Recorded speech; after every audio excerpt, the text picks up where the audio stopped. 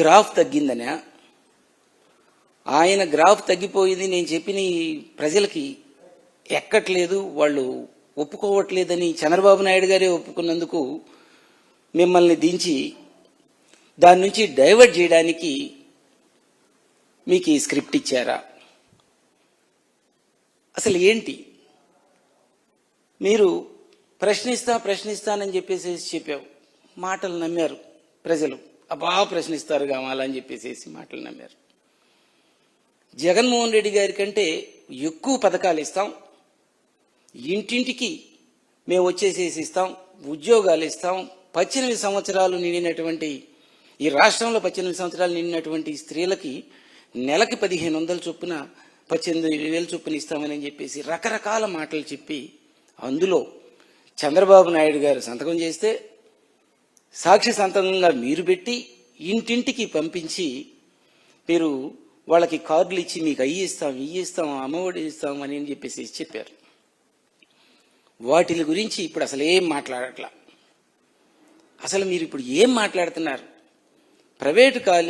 Government కాలేజీలను, medical college, వైద్య కళాశాలను private పరం చేయడాన్ని నిరసిస్తూ జగన్మోహన్ రెడ్డి గారు 1,00,00,000 సంతకాల కార్యక్రమం చేసి గవర్నర్ గారికి సబ్మిట్ చేసేటప్పుడు ఒకవేళ పొరపాటున కాంట్రాక్టులు ఎవరైనా కానీ ప్రభుత్వ వైద్య కళాశాలను ప్రైవేటు పరం చేస్తే, మీరు కానీ ఎవరన్నా వస్తే మా ప్రభుత్వం వచ్చిన తర్వాత వాళ్ళని మేము ఖచ్చితంగా వాళ్ళ మీద చర్యలు తీసుకుంటామని చెప్పేసి మాట్లాడితే కాంట్రాక్టర్లని బెదిరిస్తున్నారని చెప్పేసి మాట్లాడతారు.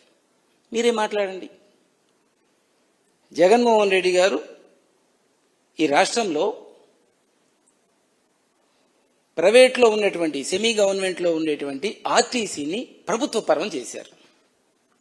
మీరిద్దరు కలిసి వచ్చి ఈ రాష్ట్రాన్ని, తెలుగు జాతిని బాగు చేద్దాం, మేమందరం కూటమిగా ఏర్పడ్డాం, ఈ రాష్ట్రాన్ని బాగు చేద్దాం, 10 సంవత్సరాలు నలిగిపోయామని చెప్పేసి చెప్పి ఏం చేస్తున్నారు? ఇప్పుడు గొంతు పిసికేస్తున్నారు. ఆంధ్రప్రదేశ్లో ఉండేటువంటి ప్రజానీకానికి గొంతు నొక్కుతున్నారు మీరందరూ కలిసి అని చెప్పేసి చెప్తా ఉన్నా. ఒకసారి ఆలోచించండి. ప్రభుత్వ మెడికల్ కాలేజీలు ఉంటే ప్రభుత్వ హాస్పిటల్స్ వస్తాయి, వాటిని ప్రైవేటు పరం చేస్తే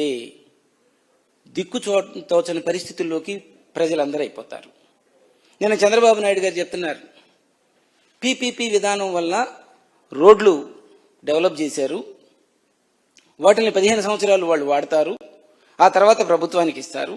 రేపు పాఠశాలను కూడా ఇలానే చేస్తామంటే గ్రామాల్లో ఉండేటువంటి పాఠశాలను కూడా ఇలానే చేస్తాం అని చెప్పేసి చెప్తా ఉన్నారు. నువ్వు ప్రశ్నించే తత్వం ఏమైపోయింది? చంద్రబాబు నాయుడు గారు, తప్పయ్యా, నీళ్ళు అనవసరంగా నేను కలిశాను, ప్రభుత్వ కళాశాలని ఇట్లా మెడికల్ కళాశాలని ప్రైవేట్ పరం చేస్తానని అంటున్నావు. పాఠశాలలను కూడా ప్రైవేట్ పరం చేస్తే గ్రామాలలో ఉండేటువంటి టీచర్లు ఏమవుతారు? వాళ్ళకేమన్నా ఆ పాఠశాలలో చదివేటువంటి పిల్లలకి ఉచితంగా ఏమన్నా నువ్వు చదువు చెప్తావా? జీతాలేమో ప్రభుత్వం ఇస్తామని అంటున్నావు, మెయింటెనెన్స్ ఏమో ప్రైవేట్ వాళ్ళకని చెప్పేసి అంటున్నావు. మరి వాళ్ళకి ఫీజులు కట్టేది ఎవరు? రోడ్డు ట్యాక్స్ కట్టినట్టుగా మరి పాఠశాలకు వెళ్ళేటువంటి గ్రామాల్లో పాఠశాలకు వెళ్ళినటువంటి పిల్లలు నీకు ఫీజు కట్టాలి కదా, ఫీజు ఎక్కడి నుంచి కడతారు వాళ్ళు అని చెప్పేసి ప్రశ్నించాలి కదా. అలా ప్రశ్నిస్తే మీరు నాయకులు అవుతారు, మీ గురించి 10 మంది చర్చించుకుంటారు. అబ్బా పవన్ కళ్యాణ్ గారు చంద్రబాబు నాయుడు గారిని నిలదీశారు, ప్రజల పక్షాన ఉన్నారు, ప్రజల కోసమే ఉన్నారని చెప్పేసి హర్షిస్తారు. అలా కాకుండా వాళ్ళు నాశనం అయితే చూస్తా, ప్రైవేటు పరం చేయొద్దని అనేటువంటి వ్యక్తుల మీద మీరు దాడి చేస్తాం, చంపేస్తాం, అది ఇదేనని చెప్పేసి రోమాలు పీకుతామని చెప్పేసి మాట్లాడుతున్నారు. మీరు అధికారంలోకి వస్తే ఏం చేస్తారు? పోయినసారి అధికారంలో ఉన్నప్పుడే మమ్మల్ని ఏం పీకలేకపోయారు, రేపొచ్చి ఏం పీకుతారని చెప్పేసి మాట్లాడుతున్నారు పవన్ కళ్యాణ్ గారు. మీరు నిజం ఒప్పుకున్నారు, మీరు చెప్పులు చూయించారు. వైసీపీ నా కొడకల్లారా అని చెప్పేసి మీరు మాట్లాడారు.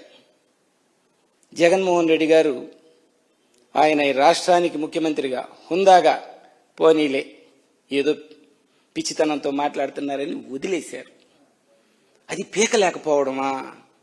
ఈ రోజున ఈ దేశంలో పోలీసు వ్యవస్థని లాస్ట్కు తీసుకొని వచ్చారు. అంత దారుణంగా ఈ రెడ్ బుక్ రాజ్యాంగాన్ని ఇచ్చి ఇంత దుర్మార్గంగా చేస్తూ ఉంటే ఆ రోజున మిమ్మల్ని ఎంత గౌరవంగా చూసుకున్నట్టు. ఈ రాష్ట్రంలో మర్డర్లు చేశారు, లేకపోతే రౌడీజం చేశారని చెప్పేసి మాట్లాడుతున్నారు. మీరు నా కొడకల్లారా చెప్పులు చూపించినా కానీ మిమ్మల్ని ఒక్క మాట కూడా అనలేకుండా, మీ మీద చర్యలు తీసుకోకుండా పోనీలేనని చెప్పేసి వదిలేశారు. అది జగన్మోహన్ రెడ్డి గారి హృదయం. అంతేగాని చిన్న చిన్న పిల్లల మీద సోషల్ మీడియాలో ఏయో పెట్టుకున్న వాళ్ళు ఊరూరు తిప్పి వాళ్ళ మీద కేసులు పెట్టి, రప్ప అనేటువంటి దాని మీద కేసులు పెట్టి గందరగోళం చేస్తున్నారే, ఇది దౌర్జన్యం, ఇది దుర్మార్గపు పాలన. దీన్ని మీరు ఆపాలి, దాన్ని మీరు ప్రశ్నించాలి. అంతేగాని మమ్మల్ని ప్రశ్నించడం, జగన్మోహన్ రెడ్డి గారిని ప్రశ్నించడం, జైల్లో వాళ్ళు తప్పు చేస్తే జైల్లో వేస్తారని అంటే దాన్ని ప్రశ్నించడం ఈ కాదని చెప్పేసి పవన్ కళ్యాణ్ గారికి చెప్తున్నారు. చేతుల్లో ఉండేటువంటి గీతలు అరగదీస్తారని చెప్పేసి చెప్తున్నారు. నాయనా పవన్ కళ్యాణ్ గారు, మిమ్మల్ని కాపు సామాజిక వర్గం మిమ్మల్ని నమ్ముకొని మీ వెంట నడిచి వాళ్ళకి గ్రామాల్లో ఉండేటువంటి రైతులకి, మట్టి పిసుక్కునేటువంటి రైతులకి యూరియా అందక చేతులు అరిగిపోయాయి నాయన. టైంకి తుఫాను వస్తే ఆ టైంకి ఇన్సూరెన్స్ కట్టక, జగన్మోహన్ రెడ్డి గారు విత్తనం నాటగానే ఇన్సూరెన్స్ కట్టేవాళ్ళు. మీ చంద్రబాబు నాయుడు గారు, మీ కూటమి ప్రభుత్వం ఇన్సూరెన్స్ కట్టక ఆ పంటలు నష్టపోతే ఇన్పుట్ సబ్సిడీ కూడా రాకుండా దుర్మార్గమైనటువంటి పరిస్థితుల్లో మిమ్మల్ని నమ్మినటువంటి మీ సామాజిక వర్గం గ్రామాలలో ఉన్నాయి. నేను చూస్తున్నా. కాపు నేస్తం సంవత్సరానికి 15,000 రూపాయలు చొప్పున 45 సంవత్సరాలు దాటినటువంటి స్త్రీలకు కాపు నేస్తం 15,000 రూపాయలు వచ్చాయి. వాటిల్ని వాళ్ళ దగ్గర లేకుండా చేశారు. డ్వాక్రా వాళ్ళకి ఆసరా కింద వాళ్ళకి సంవత్సరం డబ్బులు వచ్చాయి, అవి రాకుండా చేశారు. ఈ రోజున గ్రామాలలోకి పోతే మావోడు అని చెప్పేసుకుంటున్నటువంటి మీ సామాజిక వర్గానికి సంబంధించినటువంటి వాళ్ళు మదన పడుతున్నారు, బాధపడుతున్నారు, వాళ్ళ మనసుల్లో కుమిలిపోతున్నారు. అది గమనించుకోండి. మీకు దూరం అవుతున్నారు మీ సామాజిక వర్గం. అందుకనే మీరు ఎవరిని గోకుదామా, ఎవరిని రెచ్చగొడదామా, ఎవరిని తప్పుడుగా మాట్లాడదామా, వాళ్ళని రెచ్చగొట్టి మళ్ళీ మనం బయటకు వద్దామా అనేటువంటి గొడవలు పెట్టేటువంటి కార్యక్రమాలే చేస్తున్నారు. కానీ ఒకసారి తొంగి చూడండి, మిమ్మల్ని నమ్ముకున్నటువంటి మీ జనసేనకు సంబంధించినటువంటి కేడర్ కానీ సామాజిక వర్గానికి సంబంధించినటువంటి వాళ్ళు గ్రామాలలో మదన పడుతున్నారు. ఈ తెలుగుదేశానికి సంబంధించినటువంటి, ఈ చంద్రబాబు నాయుడు గారికి సంబంధించినటువంటి వాళ్ళ దగ్గర బానిసత్వం చేసే విధంగా మీరు వాళ్ళని తయారు చేశారు. అక్కడ లేకుండా వాళ్ళని అందులో నుంచి బయటకు తీయండి. అంతేకాని జగన్మోహన్ రెడ్డి గారి మీద, వైఎస్ఆర్ కాంగ్రెస్ పార్టీ మీద ఎవరో ఒకరిని చంద్రబాబు నాయుడు గారికి అవసరమైనప్పుడల్లా, ఆయన గ్రాఫ్ ఎట్లా తగ్గిపోయింది అయిపోయింది, ఇక అవసరమైనప్పుడల్లా మధ్యలో వచ్చి ఒక మాట మాట్లాడి ఏదో ఒక రకంగా వైసీపీ పార్టీ వాళ్ళని కానీ జగన్మోహన్ రెడ్డి గారిని కానీ గీతలు గోకుతా ఉండడం. నీకు పుండు పెడితే మమ్మల్ని గోకుతావేంటో మాకు అర్థం కావట్లా. నీకు కావాల్సింది, నువ్వు తేల్చుకోవాల్సింది అక్కడ. కంప్లీట్గా మీకు సంబంధించినటువంటి వాళ్ళందరూ కూడా మీకు దూరం అవుతున్నారు. మా వాడు ఏమి చేయలేకపోతున్నాడు, ఆ చంద్రబాబు నాయుడు ఏం చెప్తుంది, ఇంకా 15 ఏళ్ళు సీఎం అంట. ఈయన్ని సీఎం చేయడానికి మేము వస్తే ఈయన 15 ఏళ్ళు అక్కడ బానిసత్వం చేద్దామని అంటున్నాడు. ఇదేంద్రా నాయన, జగన్మోహన్ రెడ్డి గారు మహానుభావుడు, ఆయన మాకు ఇంటింటికి బటన్ నొక్కి డబ్బులు పంపించాడు, మాకు రైతు భరోసాకి సంబంధించిన డబ్బులు ఇచ్చాడు, ఇన్సూరెన్స్ డబ్బులు ఇచ్చారు, మద్దతు ధర, వరికి మద్దతు ధర 1800, 1900, 2000 రూపాయలు అమ్ముకుంటే 40 బస్తాలు వస్తే ఈరోజు 25 బస్తాలు వచ్చినాయి. 1200, 1250, 1280కి అమ్ముకున్నాం. ఈయన పాలన ఎట్టుంటే మేము ఇతనితో ఎట్ట నడవాలో అర్థం కాల. ఈ రోజున మీ జనసేన సైనికులకి గ్రామాలలో యూరియా బస్తా కూడా తెలుగుదేశం వాళ్ళు ఇవ్వలేదు. అది తెలుసుకోండి. అక్కడ ప్రశ్నించండి.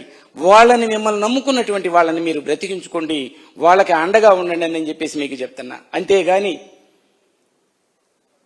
ఈ రకంగా డైవర్షన్ పాలిటిక్స్, ఏదో ఒకటి ఎప్పుడో ఒకసారి గుర్తొచ్చుద్ది, ఆ గుర్తొచ్చినప్పుడు ఏదో ఒకటి మాట్లాడేసేసి గొడవలు చేయడం కాదని చెప్పేసి మాట్లాడుతున్నా. మీరు ఇకనైనా మీ పార్టీకి సంబంధించిన దాని మీద మీరు మనసు పెట్టి దాన్ని కరెక్ట్గా చేసుకొని మిమ్మల్నే నమ్ముకున్నటువంటి ఆ సామాజిక వర్గం గ్రామాలలో అల్లాడిపోతుంది. వాళ్ళని కనీసం కొద్దిగానన్నా కానీ వాళ్ళని కనికరించి వాళ్ళకి ప్రభుత్వం నుండి వచ్చేటువంటి వాటికి చేరేటట్లుగా చూడాలని చెప్పేసి మీకు చెప్తా ఉన్నాను. మరి ఈ రోజున పవన్ కళ్యాణ్ గారిని ఖచ్చితంగా నేను ప్రశ్నిస్తున్నా. ఆంధ్రుల హక్కు విశాఖ ఉక్కు అన్నారు, అది చంద్రబాబు హక్కు అయిపోయింది. ఇప్పుడు దానికి దాన్ని మీరు అడగట్లా, దాన్ని ప్రశ్నించట్లా. ఈ రకంగా దారుణమైన పరిస్థితుల్లోకి మీరు వెళ్తా ఉన్నారు. కాబట్టి పవన్ కళ్యాణ్ గారు మీరు మాట్లాడేటప్పుడు ముందు మీ కూటమిలో ఏమి జరుగుతుందో చూసుకొని ఆ తర్వాత వైసీపీ పార్టీలో కానీ మమ్మల్ని కానీ మీరు ఏదైనా కానీ మీరు అనేటప్పుడు మీరు ఒళ్ళు దగ్గర పెట్టుకొని నోరు దగ్గర పెట్టుకొని అవి మాట్లాడుతూ ఉంటే బాగుంటుంది. అంతేగాని వైసీపీ నా కొడకల్లారా చెప్పులు చూపించడాలు ఇవన్నీ చూసినా కానీ భరించున్నాం. మేం ఖచ్చితంగా జగన్మోహన్ రెడ్డి గారు చెప్తున్నారు, ఎవరైతే అక్రమాలు చేశారో, ఎవరైతే దుర్మార్గాలు చేశారో, ఎవరైతే మీ కూటమి నాయకుల్ని నమ్మి అధికారులు అమాయకుల మీద దౌర్జన్యాలు దుర్మార్గాలు చేశారో వాళ్ళని మాత్రం ఖచ్చితంగా రేపు మా ప్రభుత్వం వచ్చిన తర్వాత వాళ్ళని వదిలే ప్రశ్నే లేదని చెప్పేసి జగన్మోహన్ రెడ్డి గారు చెప్తున్నారు. అదేవిధంగా వైసీపీ నాయకులందరూ ఉన్నారు.